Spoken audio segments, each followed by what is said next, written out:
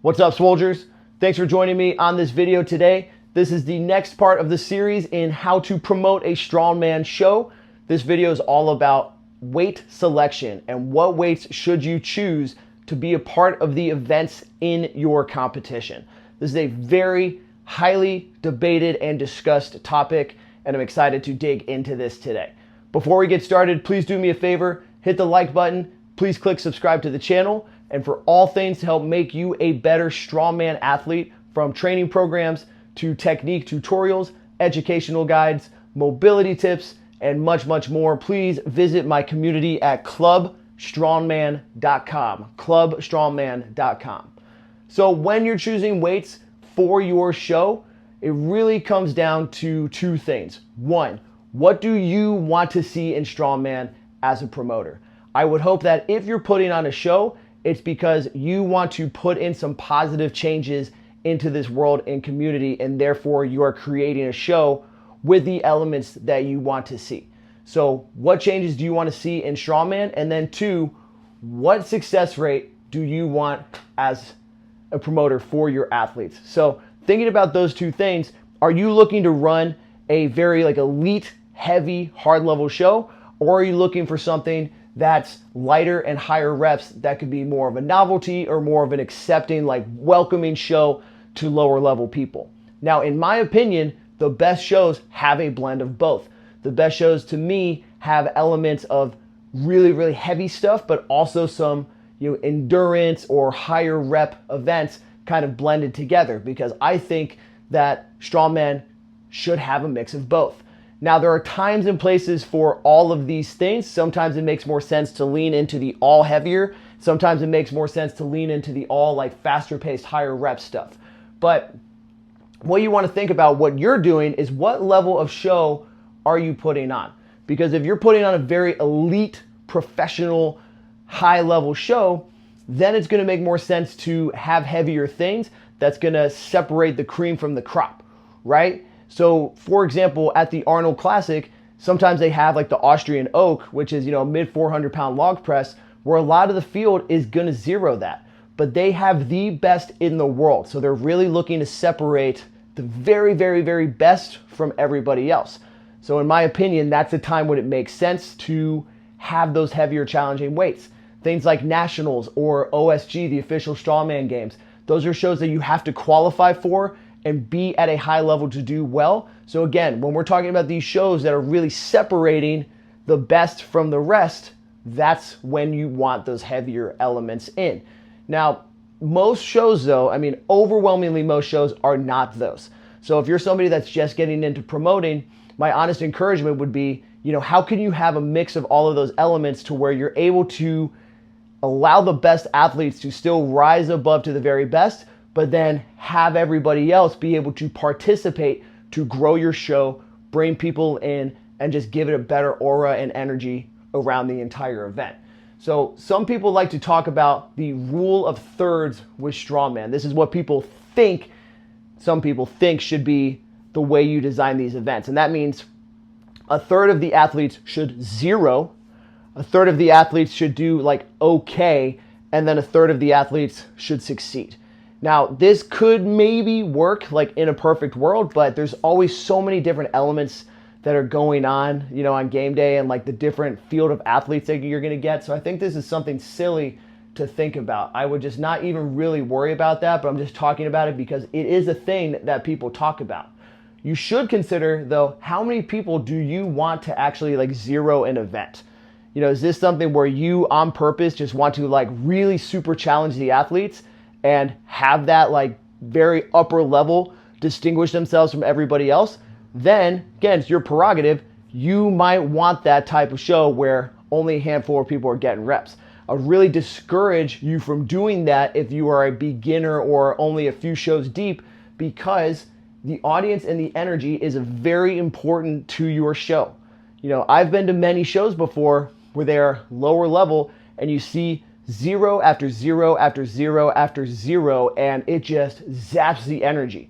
Not only is it complete disappointment and just a bummer for athletes themselves, but their friends and families and spectators that are there watching. It's just a snooze fest. So I think you need to find the right mix and blend of weights and events to where, again, your best athletes are going to rise to the top, but even your lower level athletes are going to be able to do at least a little bit. So for example, one of my shows recently, I had a tractor push where people got behind a big John Deere tractor and pushed it for 100 feet. Every single person was able to do a little bit. Everybody was able to do a little bit, but probably only about 10 to 15% of the field could finish it within 60 seconds. And that, in my opinion, is like fair because everybody gets a chance to do something. There were no zeros, and it was really exciting and really cool. So you had everybody really active the entire time, from athletes themselves to the spectators and people watching, just cheering, supportive, blah, blah, blah, blah, blah, because it didn't zap the energy just seeing a complete failure. Now, of course, some people are going to zero. That's just part of it, but I don't think you should set these events up to where it's just going to happen like in high frequency right out the gate.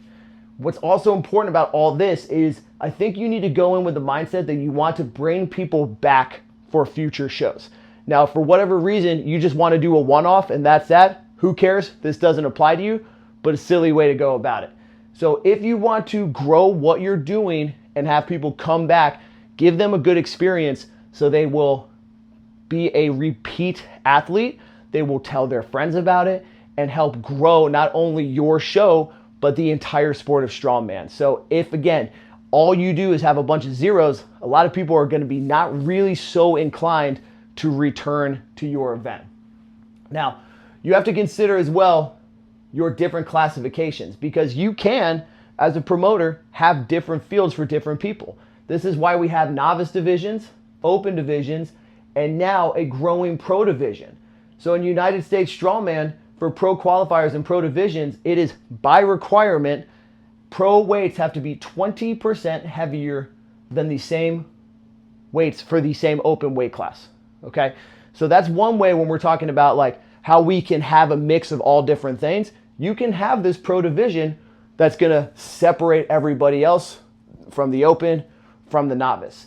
Now, this is also a place too, if you just have novice and open, novice can be this field where you're having lighter weights, higher reps, you're getting people involved into the sport and hopefully giving them a pathway to want to get better and go into open where, the challenge begins. I think it's acceptable to have more people zero and like open because it's supposed to be harder, but you shouldn't, in my opinion, run only like an open class show where tons of people are zeroing. So just things to consider. Nothing in this video is telling you what you should do. A lot of it is my opinion on some of these things, but it is your prerogative and your right to choose whatever you want for a show. I really hope if you're watching this and you're putting on a show yourself that, like, again, you're putting out there what you want to see more of in the strongman world. So please go for whatever it is that you want to do. I mean that sincerely. Now, do have to factor in injury risk. If you're having some of these events, like let's say like a heavy yoke, for example, a really, really bone crushing yoke that's super, super heavy, that might be a high injury risk.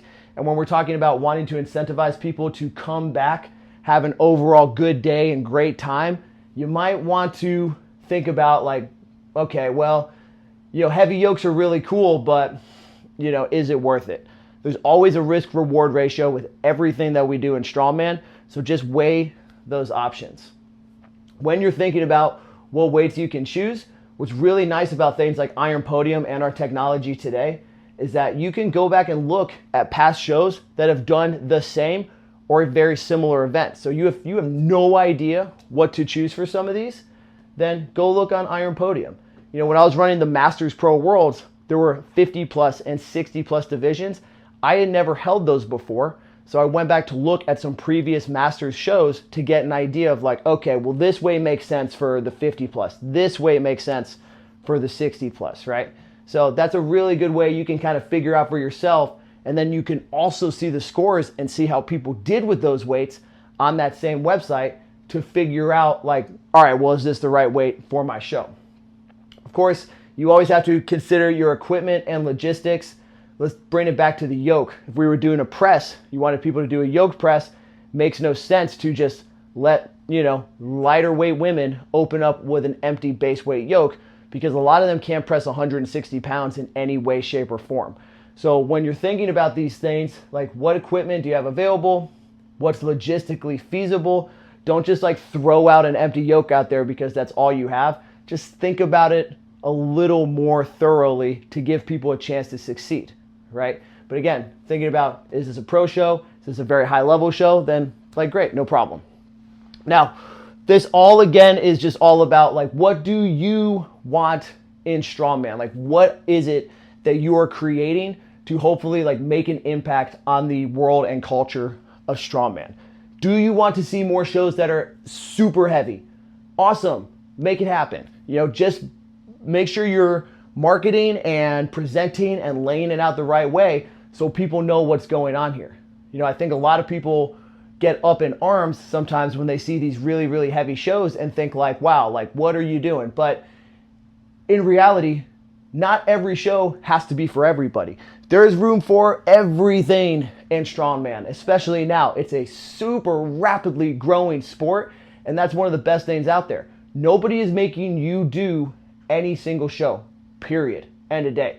So if you don't like something, I think it's very silly to complain, and I think you should instead like funnel your energy into positive support for the things that you want to see more of. If you are not putting on a show yourself, like support the people that are doing it the right way instead of just being a negative Nancy about like, oh, I don't like the way that that person's doing their shows.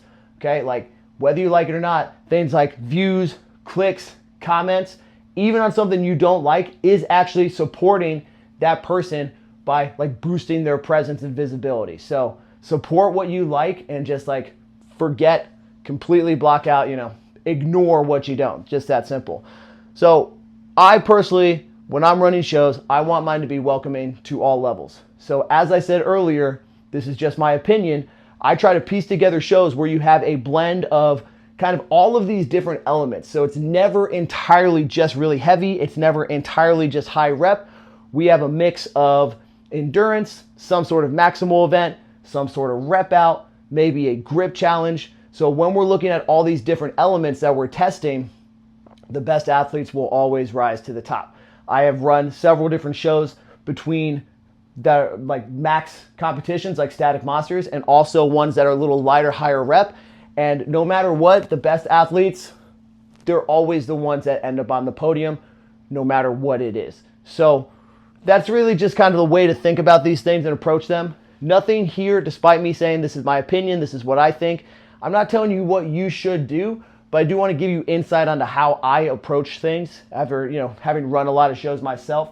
But I hope this gives you some good ideas on kind of framing these things, understanding like what weights to pick and things to think about to make your show fun, successful, and something that's really cool for people to come back in future years. As always, guys, thank you so much for watching the video. Check out my community at clubstrongman.com. Would love to hear any comments, thoughts, questions. You can drop them down below. Reach out to me on social media. And as always, have a championship day.